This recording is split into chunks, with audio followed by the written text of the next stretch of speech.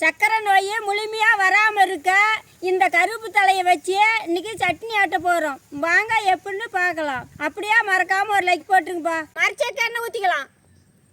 கடலைப்பருப்பு, உளுத்தம்பருப்பு, பூண்டு, சின்ன வெங்காயம், வரமிளகாய், சுத்தம் பண்ண கருப்பு தலை, தேங்காய் ஒரு 10 போட்டுக்கலாம். புளி வரைச்சோலை போட்டுக்கலாம். கல் உப்பு. இதே மாதிரியே அழகான பட்டு புடவை வேணும்னா கீழே இருக்கிற நம்பருக்கு மெசேஜ் பண்ணுங்கப்பா. அப்படியே இந்த சீலை உங்கள் வீட்டுக்கு வந்ததுக்கு அப்புறமே காசு கொடுக்குப்பா. நல்லா எண்ணெயிலேயே வணங்கிச்சு. நம்ம போய் ஆற வச்சு சட்னி